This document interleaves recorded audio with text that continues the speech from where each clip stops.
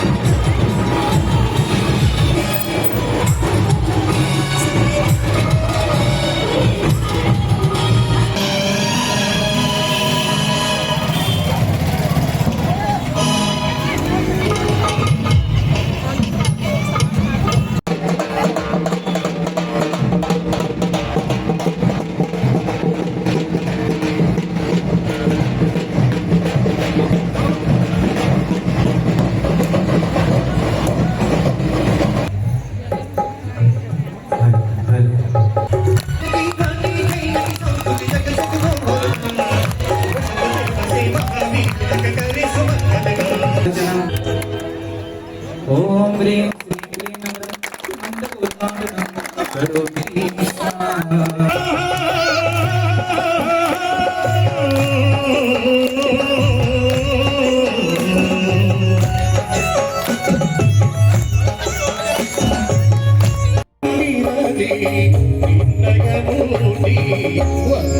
ಶ್ರೀ ಶಿವೇಶ್ವರ ಭಗವಂತ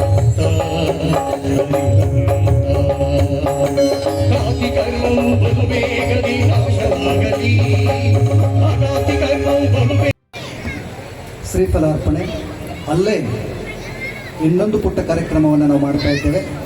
ಎಲ್ಲ ವೇದಿಕೆ ಮೇಲೆ ಶ್ರೀ 108 ನೇಮಿಸಾಗರ ನಿಮ್ಮ ಮಹಾರಾಜ ಕೀ ಜೈನ ಧರ್ಮ ಕೀ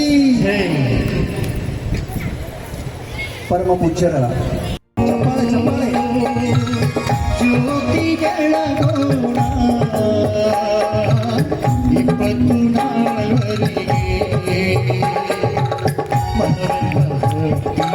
24ವರೆಗೆ ಸ್ವರ್ಣದ ಭಾರತಿ ಸುಖಿನವಾನಿನ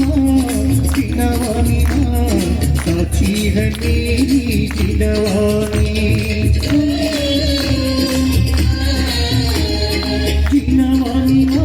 ಅಣ್ಣ ಸಾಬ್ ಬಾಹು ಪಾಟೀಲ್ ಅವರು ಕೂಡ ವೇದಿಕೆ ಹತ್ರ ಬರಬೇಕು.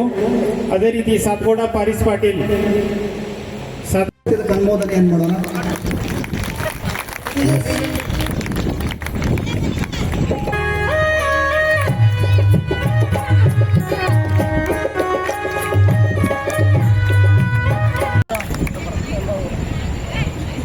ಚಪ್ಪಾಳೆ ಮೂಲಕ ಮಹಾನೀಯರಿಗೂ ಅಭಿನಂದನೆಗಳು. 5 ರಿಂದ 10 ನಿಮಿಷದೊಳಗೆ 2 ಪೇಜ್ ಏನಾದರೂ ಧರ್ಮದ ಓದ್ರಿ. ಅದರೊಳಗೆ ನಿಮಗೆ ಏನು ತಿಳಿತೈತಿ ಅದನ್ನ ಮಾಡ್ರಿ. ಆ ಸ್ವಾಮಿಗಳು ಅದನ್ನ ಹೇಳಿದ್ರು, ಈ ಸ್ವಾಮಿಗಳು ಅದನ್ನ ಹೇಳಿದ್ರು, ಅವ್ರು ಹಂಗೆ ಮಾಡಿದ್ರು, ಇವ್ರು ಹಂಗೆ ಹೇಳಿದ್ರು, ಅವ್ರು ಅಂಥಲ್ಲಿ ಹೋದ್ರು, ಇವ್ರು ಇಂಥಲ್ಲಿ ಹೋದ್ರು, ಇವ್ರು ಅಂಥ ಸೀರೆ ಉಟ್ಕೊಂಡ್ರು, ಇಂಥ ಸೀರೆ ಉಟ್ಕೊಂಡ್ರು. ಊರು ಸಾವಿರ ಮಾಡಬೇಡ್ರಿ, ಏನು ಉಪಯೋಗ ಇಲ್ಲ. ಆದರೆ ನಾವು ನಮ್ಮ ಆತ್ಮದ ಸಲುವಾಗಿ ಏನು ಮಾಡ್ತಾ ಇದ್ದೀವಿ ಮತ್ತು ನಮ್ಮ ಧರ್ಮದೊಳಗೆ ಏನು ಹೇಳ್ಯಾರ ಅದರೊಳಗಿನ ಇವತ್ತು ಏನು ಮಾಡ್ತಾ ಇದ್ದೀನಪ್ಪ ಇಷ್ಟೇ ವಿಚಾರ ಮಾಡಿರಿ. ಒಂದು ದೊಡ್ಡ ವೈರಿಗಳದಾವ, ಅದ್ರ ಎಷ್ಟು ದೂರ ಇಡ್ತೀರಿ ಅಷ್ಟು ಚಲೋ. ಆದರೆ ದೂರ ಇಡಲಿಕ್ಕೆ ಅಸಾಧ್ಯದ ಮಾತದ. ಒಂದ್ರ ಮುಂದೆ ಒಂದು ಟಿ ವಿ, ಒಂದು ಮೊಬೈಲ್. ಇವತ್ತಿನ ಜಗತ್ತಿನಾಗ ಏನೂ ಇಲ್ಲದಿದ್ರೆ ನಡೀತದ, ಅದ್ರಾಗ 2 ಬೇಕು. ಅದಕ್ಕೆ ಅದನ್ನು ಆದಷ್ಟು ನಾವು ಬಿಟ್ಟು ನಿಮಿಷ ಅದರಾಗೂ ತಗೊಂಡಿದ್ದೀವಿ. ಅದ್ರ ಒಂದು 10 ನಿಮಿಷ ನಾವು ಫೋನ್ ಹಿಡಿಲಿಲ್ಲ ಅಂದರೆ ಏನು ಜಗತ್ತು ಮುಟ್ಟಿ ಆಗಂಗಿಲ್ಲ. ಆದರೆ ಒಂದು 5 ರಿಂದ 10 ನಿಮಿಷ 2 ಪೇಜ್ ಬರೀ ಓದ್ರಿ ಸಾಕು, ನಿಮ್ಮ ಜೀವನ ಸಾರ್ಥಕ ಆಗ್ತದೆ. ಸಂಪತ್ತು ಸಮೃದ್ಧಿಗಳಿಗೆ ಹೆಸರಾದ ವಾಸಿಯಾಗಿದೆ. ಇಲ್ಲಿ ಕೃಷಿ ವ್ಯವಸಾಯ ಪ್ರಮುಖವಾಗಿದೆ. ಎಲ್ಲ ಜಿಲ್ಲೆಯಲ್ಲಿ ಬೆಳಗಾವಿ ಜಿಲ್ಲೆ ನಂತರ ಫಲವತ್ತಾದ ಭೂಮಿಯನ್ನು ಹೊಂದಿದ್ದು, ಮಳೆ ಬೆಳೆಗೆ ಹೆಸರಾದ ಹವಾಮಾನ ಕೂಡ ಅಷ್ಟೇ ಒಳ್ಳೆಯದು. ಅಲ್ಲಿ ಜನಸಂಖ್ಯೆಯು ಹೆಚ್ಚಾಗಿದ್ದು ವಿಶೇಷ ಧಾರ್ಮಿಕ ಭಾವನೆ ಉಳ್ಳವರಾಗಿದ್ದಾರೆ.